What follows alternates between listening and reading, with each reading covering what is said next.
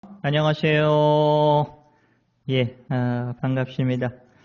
유튜브를 통해서 하나님의 말씀이 선포되고 또 함께 공유할 수 있어서 너무나 감사합니다. 여러분들이 또 말씀을 듣고 밑에다가 댓글을 달아주셔서 또 댓글 속에서 또 하나님의 은혜를 함께 나눌 수 있어서 너무나 감사합니다. 예배를 준비하면서 어떤 말씀이 필요할까 하다가 목사란 과연 무엇인가 하는 것을 한번 생각해 봤어요. 저도 이 교회에 와서 이제 18년째 사역을 하고 있는데 목사란 과연 무엇인가 여러분도 한번 함께 좀 생각해 보세요. 여러분에게 있어서 목사란 어떤 사람인가? 물론 여러분들의 필요를 채워주는 것, 그거 필요하죠. 하나님의 입장에서 목회자가 어떤 사람인가 하는 걸 한번 생각해 봤어요. 설교를 하는 것 중요하죠. 교회 관리를 하는 것 중요하죠. 행정, 신방, 또 돌아가시면 소천하시면 장례식, 결혼식, 또 교육하는 것. 여러분의 믿음과 관련된 것에 많은 영향을 주고 또 영향을 받는 게 목회자라고 생각을 했습니다. 그러다가 고린도 후서 1장 24절에 바울 목사님이 고린도 교회를 향해서 쓴 편지 속에서 목회란 무엇인가 하는 것을 좀 생각해 보았습니다. 그 고린도 후서 1장 24절 좀 메모 좀 해주세요. 고린도 후서 1장 24절에 우리가 너희 믿음을 바울 목사님 그 선교팀이 고린도에 있는 그 교회 문제가 많은 교회에 편지를 보내면서 이런 말씀을 합니다. 우리가 너희의 믿음을 주관하려 하는 것이 아닙니다 하는 거예요. 믿음을 주관하고 통치하고 지배하고 내 말 좀 따라야 돼, 내 말대로 해야 돼 이렇게 컨트롤하려고 하는 것 아니다라고 말합니다. 우리가 너희 믿음을 주관하려 하는 것이 아니요 오직 밑줄 좀 그으세요. 너의 기쁨을 돕는 자가 되게 하려 함이라. 기쁨을 돕는 자. 그러니까 그 믿는 성도님들의 그 기쁨을 우리 목회자들은 돕는 거예요. 이제 이것을 생각할 때 목회란 무엇인가를 한번 생각을 해봤어요. 설교할 때도 그의 영혼이 힘이 나고 기쁨을 회복하는 것이 무엇인가. 교회를 관리할 때도 행정을 할 때도 신방을 갈 때도 장례식 어떤 설교라든지 그 돌아가신 가족들을 유가족들을 위해서 또 이야기할 때 우리 마음속에 기쁨이 없으면 참 살기가 어려워요. 그렇죠? 그래서 목회자들은 하나님의 은혜를 나눔으로써 기쁨을 회복시켜 주시고 하나님의 진리의 말씀을 선포하고 교육함으로써 그 말씀 안에서 기쁨을 유지하고 이 세상에서 우리가 구원받은 자로서 하나님의 자녀로서 살아가는 복을 주셨다 하는 것을 목회자들은 반복적으로 설교하면서 또 선포하는 것이 필요하다 하는 것을 생각해 보았다 하는 겁니다. 우리가 기쁨 안에서 그리고 은혜 안에 살기 위해서는 예배라는 것이 참 중요합니다. 그렇죠? 여러분들을 매 주일마다 주님의 성전으로 와서 하나님께 자복하고 또 감사하고 기쁨으로 찬송드리고 감사하고 하나님의 진리의 말씀에 의해서 그것이 선포되었을 때 그 말씀을 마음 깊은 곳에 새기면서 한 주간을 살아가는 그리고 삶의 현장 속에서 기쁨 안에 살아가는 그런 은총이 예배 속에서 하나님이 주시기 때문에 그렇다 하는 겁니다. 이때 우리가 좀 생각해 볼 필요가 있어요. 우리가 예배당에 와서 예배를 드리고 인터넷을 통해서 말씀을 들을 때 하나님은 우리의 예배를 받아주신다. 여기까지는 다 동의를 할 겁니다. 그렇죠? 예. 우리가 예배를 드린다 할 때 예배를 드리는 것을 모르는 사람은 없을 거예요. 그러나 하나님께서 그 예배를 받아주고 계실까 하는 것은 늘 아버지 우리가 좀 퀘스천 마크를 달아볼 필요가 있습니다. 하나님은 어떤 예배를 받아주시고 기뻐하실까? 성경에서는 그 예배라는 것이 참되게 예배를 드리는 것이 무엇인가 하는 것을 어떻게 말씀하고 있을까? 그것을 좀 고민하다 보니까 창세기 4장 1절에서 7절 말씀을 통해서 하나님은 가인과 아벨의 그 제사, 예배를 통해서 정말 하나님이 기뻐하는 예배가 무엇인가를 우리들에게 가르쳐 주고 계셨다 하는 겁니다. 아담과 하와의 첫 번째 아들 가인과 두 번째 아들 아벨을 통해서 아버지 하나님께서 너희들을 통해서 내가 받고 싶어 하고 너희들이 온전히 드려졌을 때 하나님께서 기뻐하시고 너희들 안에도 기쁨이 충만하다 하는 것을 오늘 말씀을 통해서 저희들에게 가르쳐 주고 계신다 하는 겁니다. 창세기 4장 1절 말씀 볼까요? 아담이 그의 아내 하와와 동침하매 하와가 임신하여 첫 번째 아들 가인을 낳고 이르되 내가 여호와로 말미암아 등남하였다. 아들을 낳았습니다. 그렇죠. 하나님께 감사하는 거죠. 첫 번째 아들 가인을 낳습니다.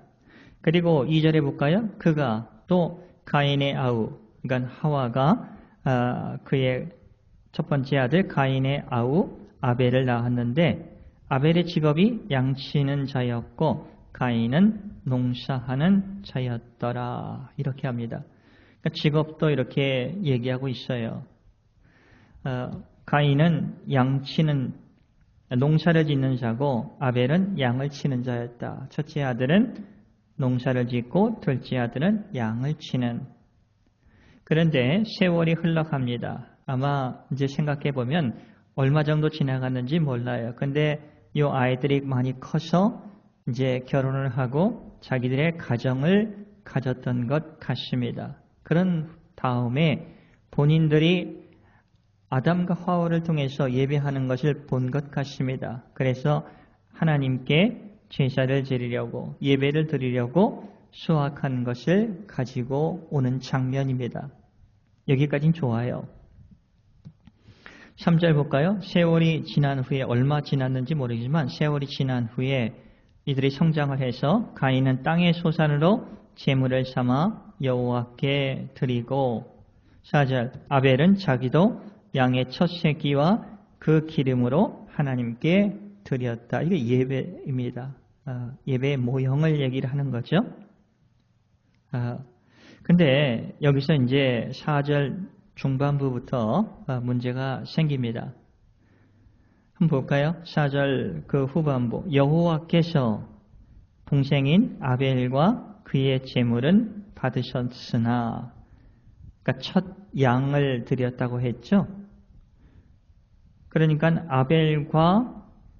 아벨이 드린 양을 하나님께서 예배로 받으셨어요. 기쁘게 받아주셨다 이렇게 얘기합니다.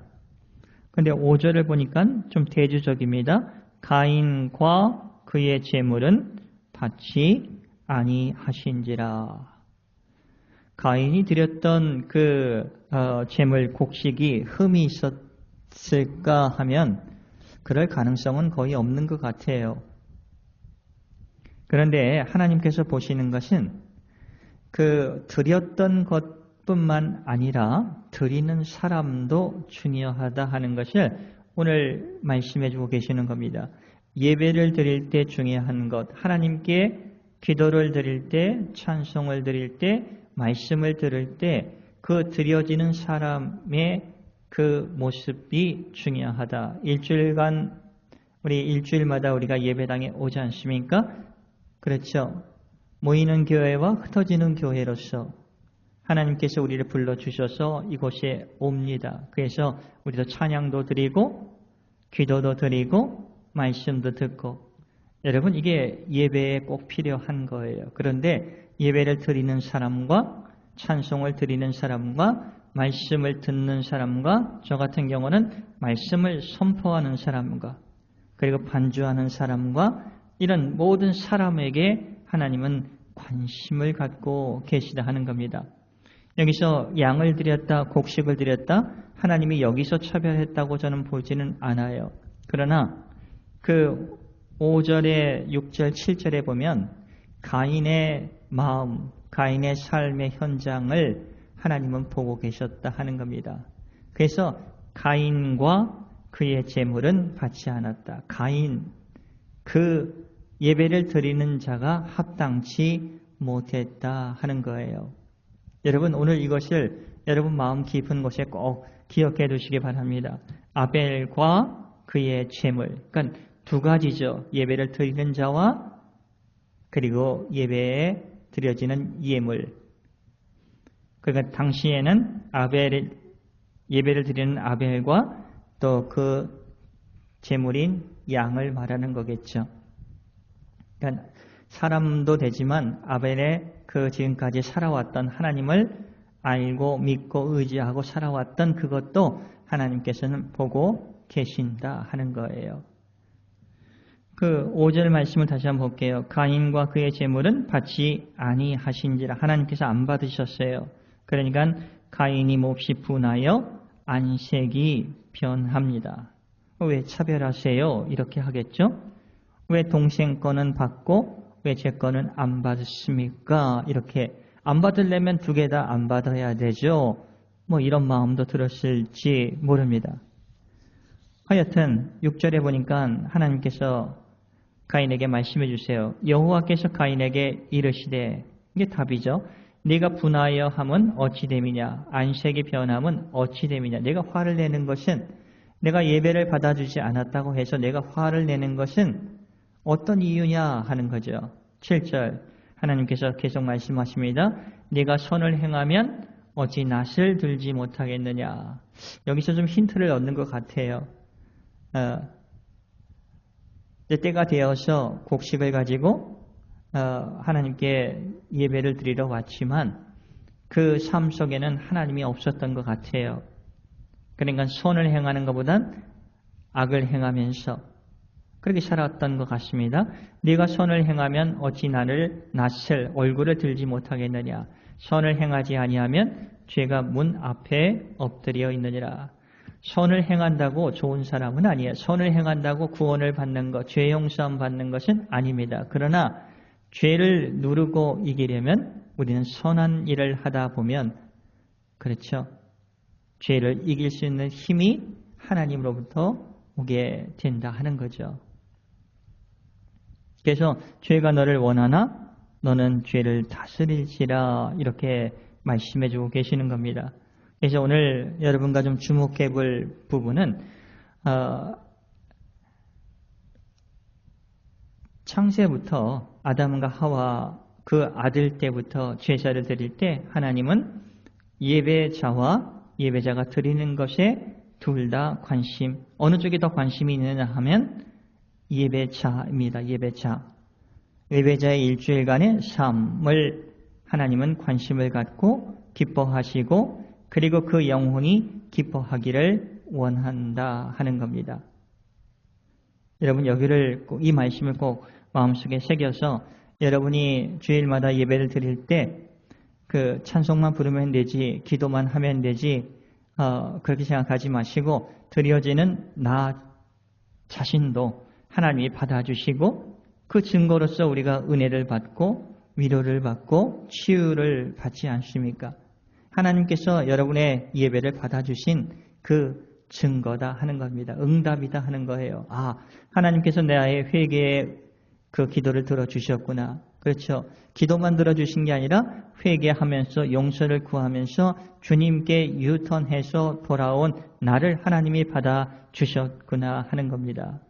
찬송을 드릴 때 용서받은 자로서 또 하나님을 기쁘게 노래로서 찬송을 드렸을 때 찬송하는 나 자신도 하나님께서 받아주셨구나 하는 겁니다.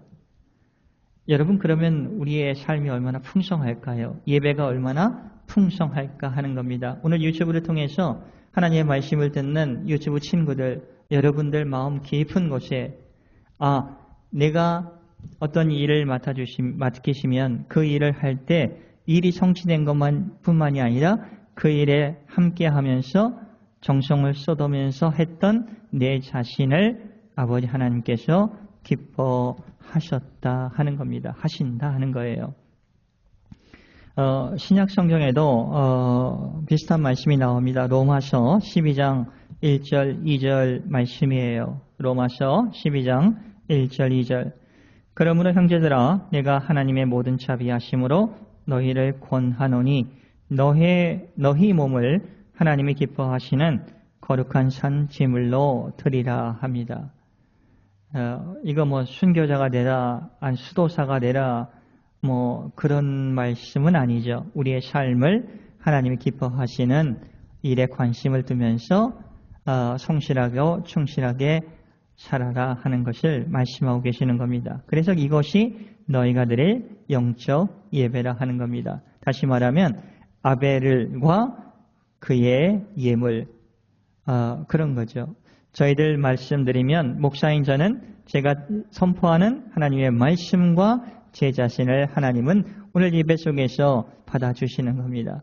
여러분들은 하나님의 말씀을 듣는 여러분과 여러분의 그 마음과 은혜, 이것을 하나님이 보고 계시고 받아주시는 거예요. 찬송 부를 때도 찬송하는 여러분과 그 찬송의 그 음악과 아름다움과 사모함과 이런 것들을 받아주고 계시다 하는 겁니다. 그러면 예배가 얼마나 풍성해집니까? 그렇지 않습니까? 하지만 여러분 2절 말씀을 볼까요? 로마서 12장 2절. 너희는 이 세대를 본받지 말고 오직 마음을 새롭게 함으로 변화를 받아 하나님의 선하시고 기뻐하시고 온전하신 뜻이 무엇인지 분별하도록 하라. 분별하면서 사는 저희들과 분별하면서 사는 그 행함을 하나님은 보고 계시고 받아주신다 하는 겁니다. 그것이 예배다 이렇게 말씀하고 계시는 겁니다. 그래서 오늘 잘 오셨습니다. 그리고 하나님의 말씀이 선포되었을 때 잘 들어주심을 감사하고 또 여러분들도 하나님께 내가 드린 예배 속에서 그냥 말씀을 듣는 시간이 아니라 예배를 드리면서 말씀을 듣는 그 시간에 나와 내가 드리는 그 예배를 하나님은 받아주신다 하는 것을 꼭 기억하시길 바랍니다. 여러분 그런데 오해는 하지 마세요. 선한 일을 나는 못하고 있어요. 그래서 하나님 마음 아프게 하고 있어요. 그래서 저는 교회 못 가요. 하나님 앞에 나아갈 수 없어요. 여러분 이것은 아버지 하나님의 마음을 모르는 겁니다. 아버지 하나님은 우리가 죄 안에 있을지라도 유혹에 빠져 있을지라도 주님의 품 안에 와서 회개하는 우리 자신과 회개하는 그 기도를 들어주시고 또 용서받기를 원하는 우리 자신과 용서해 주시는 은혜를 통해서 우리를 다시 세워주시고 기쁨을 허락해 주신다 하는 겁니다. 저는 목회자로서 설교 속에서 그리고 기도 속에서 목회하면서 정말 이 기쁨이 풍성하게 그리고 여러분의 그 기쁨을 돕는 자로서 주님 도와주세요. 이렇게 기도하면서 한 주간을 보내고 말씀을 준비를 했습니다. 그러니까 언제 어느 곳에 있을지라도 여러분이 지금 힘든 상황에 있을지라도 주님은 그 힘든 여러분과 여러분이 드리는 예배를 기쁘게 받아주고 계시다 하는 겁니다. 아멘이시죠? 예, 감사합니다. 말씀을 마치겠습니다. 다시 정리하겠습니다. 예배는 예배자와 우리가 함께 드리는 겁니다. 예배자와 예배를 하나님은 받아주십니다. 찬송 드릴 때도 찬송을 드리는 자와 그 찬송을 받으십니다. 기도 드릴 때 기도 드리는 자와 기도를 받아주십니다. 말씀을 들을 때도 말씀을 진지하게 듣는 저와 여러분을 받아주신다 하는 겁니다. 하나님은 예배자를 소중히 생각하십니다. 그들의 삶에 관심을 갖고 계십니다.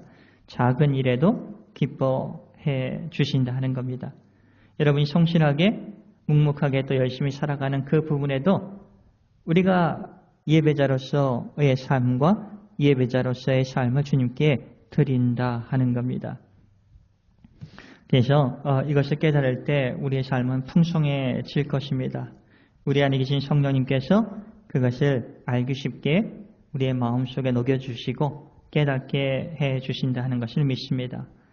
다음 주는 저희 교회에서 10월 마지막 주는 감사절로 예배를 드립니다. 여러분 1년간 물론 감사 헌금도 드리겠지만 여러분 주님께 받은 은혜를 좀 적어보면서 감사하면서 주님이 해주셨던 그 일과 여러분 자신을 드리면서 주님 용서해 주신 것 감사하고 인도해 주신 것 감사하고 그리고 새 힘을 허락해 주신 것 감사하고 기쁨을 회복시켜 주신 것 감사하고 아직도 걸어가야 할 터널은 많지만 예수님이 함께 임마누엘의 하나님으로서 함께 계심을 감사하며 이번 한 주간 또 지나면서 감사절을 준비하겠습니다. 이런 마음으로 사시는 지혜로운 저와 여러분이 되시기를 예수님의 이름으로 축복을 드립니다. 기도하겠습니다. 은혜가 풍성한 하나님 아버지 감사를 드리옵니다. 예수님 안에서 풍성한 은혜 주시는 것 감사하고 또 오늘 정말 주님이 기뻐하고 우리의 영혼을 육신을 정신을 기쁨을 소생시켜 주시는데 돕는 은혜를 허락해 주시는 것 감사를 드리옵니다. 우리 자신과 우리가 드려지는 모든 것을 주님이 기뻐 받아주고 계시다 하는 것을 감사하면서 한 주간 저희들의 삶도 주님이 받아주고 계시다 하는 것을 깨달으면서 아버지 주님으로부터 오는 은혜와 능력과 힘을 아버지여 간구하며 살아갈 수 있도록 예수님 도와주시옵소서. 감사하며 예수님의 이름으로 기도를 드리옵나이다. 아멘.